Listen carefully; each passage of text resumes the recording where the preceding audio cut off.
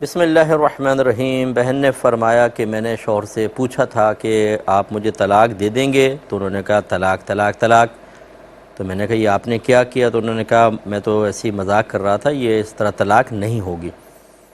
دیکھیں، پہلے تو میں ایسے تمام شوہر حضرات سے، اور کتنی بہنیں مجھے اس طرح میسیجز کرتی ہیں کہ شوہر نے کر کے پھر دانت نکال کے ہم تو مذاق کر رہے تھے۔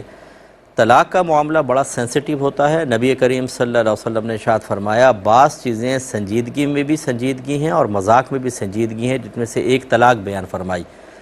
ہم نے دین سیکھا نہیں ہوتا، ہم نے پہلے مسائل معلوم نہیں کیے ہوتے، ہم یہ مذاق مستی کر لیتے ہیں، پھر جب حکم شرع سخت لگتا ہے تو ہم کہتے ہیں یار اتنا دین سخت کوئی ہے؟ یعنی آپ کچھ بھی کرتے رہیں، پہلے دین نہ سیکھیں، دین کے خلاف چلتے رہیں، اب دین چنگم کی طرح جس طرح آپ چاہیں اس کو آگے پیچھے کر لیں اور دین آپ کے موافق فیصلہ کرے، آپ اپنا مذاق مستی نہیں چھوڑیں۔ یہ غلط چیز ہوتی ہے۔ سب سے پہلے تو شادی کرنے سے پہلے میں تمام سے نصیحت اور وصیت کرتا ہوں، اپنے بچوں کو حقوق زوجین کورس کروائیں، جن میں تمام مسائل دونوں کپلز کو معلوم ہونے چاہیے، کپل کو کہ ہم نے کیا کیا ہمارے حقوق ہیں، کیا فرائض ہیں، اور کس طرح طلاق ہو جاتی ہے، کس طرح نہیں ہوتی، دیگر مسائل سب سکھائیں تو آگے چل کر آسانی ہوتی ہے۔ ورنہ ہم نے دیکھا ہے 20 سال حرام زندگی گزارتے ہیں، طلاقیں ہو چکی ہوتی ہیں، نہ شوہر کو پتہ ہے نہ بیوی کو پتہ ہے، اور 20 سال بعد جا کے انکشاف ہوا۔ اس دوران بچے بھی پیدا ہو رہے ہیں، جسمانی تعلق بھی قائم ہو رہا ہے، قریب بھی ہو رہے ہیں۔ کس قدر گناہوں کا وبال، اور وہ ایسے مسائل ہوتے ہیں کہ شریعت اس میں آپ کو رعایت بالکل نہیں دے گی۔ ایسے بعض مسائل میں جہالت عذر نہیں ہوتی۔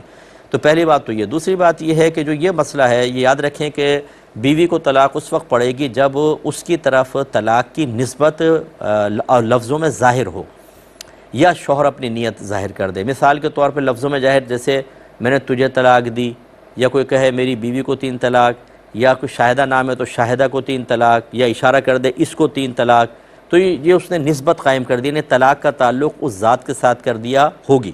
یا اس نے کہا طلاق طلاق طلاق، اور پوچھا بھی کس کو طلاق دے رہے ہو، کہا کہ زوجہ کو، تو اب اس نے چونکہ تعلق قائم کر دیا ہو جائے گی۔ لیکن اگر صرف یہ بولے طلاق طلاق طلاق، اب دیکھیں نسبت تو ہے نہیں ہوگی۔ اور جب اس سے پوچھا جائے کہ کیا آپ نے بیوی کو طلاق دی، اور وہ قسم کھا کر انکار کر دے کہ خدا کی قسم میں نے بیوی کو طلاق دینے کا ارادہ نہیں کیا، تو پھر نہیں ہوگی، کیونکہ اس لفظ طلاق کے اندر کوئی اضافت نہیں ہے، ٹھیک ہے نا۔ اسے طلاق دی، بیوی کو طلاق دی، یہ ہیں پورا جملے سے بیوی کی طرف نسبت ہو گئی۔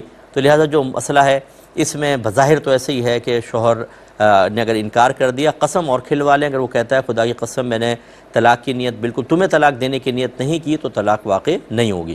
ایک تو مسئلہ یہ تھا جو تھا۔ پھر دوسرا یہ آپ نے کہا کافی عرصے بعد وہ کہتے ہیں مجھے تو یاد بھی نہیں رہا، پتہ نہیں کیا میں نے کہا تھا اور کس نیت سے کہا تھا۔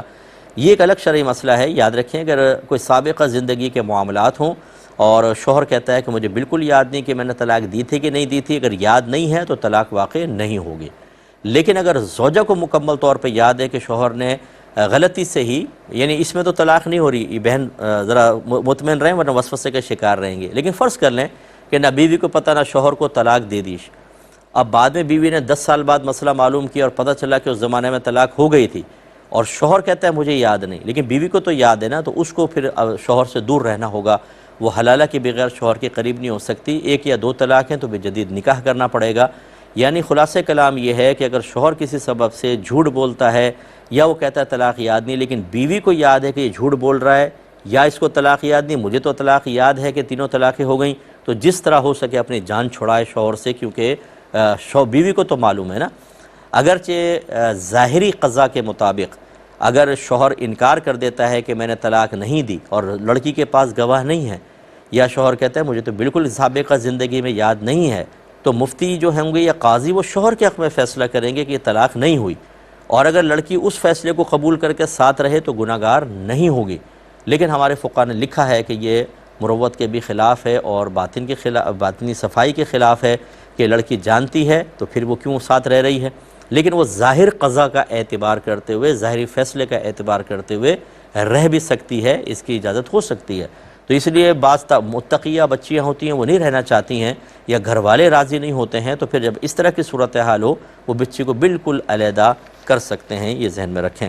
کسی نے کہا کہ میں کسی ایسی کمپنی میں ملازم ہوں جہاں پر میرا ملازم ہونا مجھے تانہ زنی کا شکار کروا دیتا ہے، کچھ کمپنی کے مالکان کی نسبت غلط قسم کے معاملات کے ساتھ